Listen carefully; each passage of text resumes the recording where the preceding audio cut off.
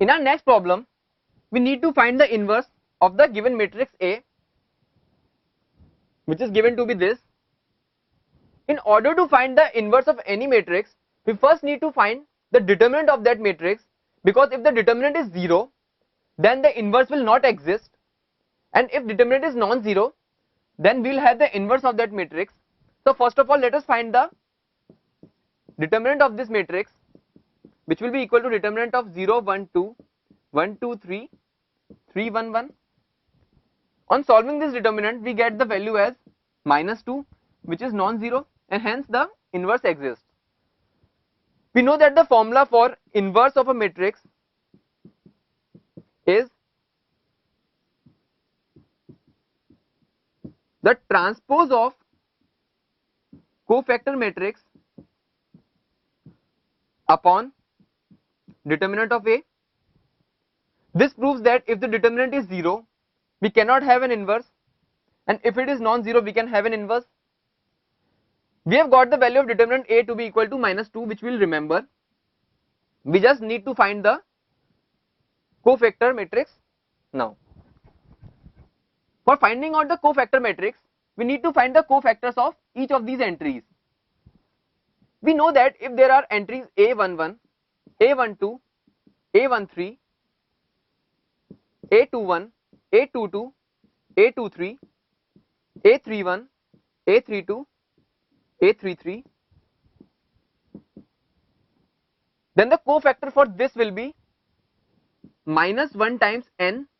This n is equal to sum of the row number plus the column number. Here the row number is 1, column number is 1, so 1 plus 1 is 2 over here, multiplied by A22 into A33 minus A23 into A32.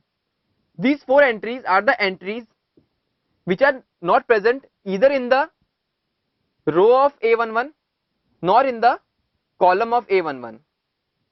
Removing the row of A11 and the column of A11, the remaining 4 entries, we do the subtraction A22 into A33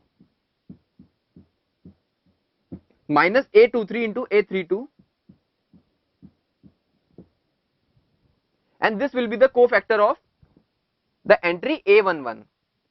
So this -1 times 2, the cofactor of 0 will be 2 into 1 minus 3 into 1. This is -1 part 2, I am sorry, which is 1. So this becomes -1, and hence we have got the cofactor for 0 to be equal to -1, and in the similar way we can find out all the other cofactors, and hence writing the cofactor matrix as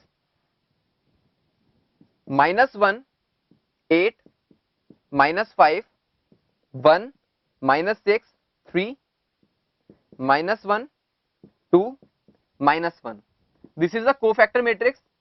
We have found the individual cofactors for each of the entries by using the same method. We need to find the transpose, and we need to divide the whole transpose matrix by determinant of A, which we got as -2. This reduces us to -1, 1, -1, 8, -6, 2. The columns will be converted into rows. The second column becomes the second row, and then the third column -5, 3, and -1 divided by -2. Now we can divide the individual entries by this -2 to get the final matrix as -1 times -2, which is half, minus half, half again, -4, 3, -1, 5/2, -3/2, and half, which is our final answer for the inverse of the given matrix. Hence this is our final answer.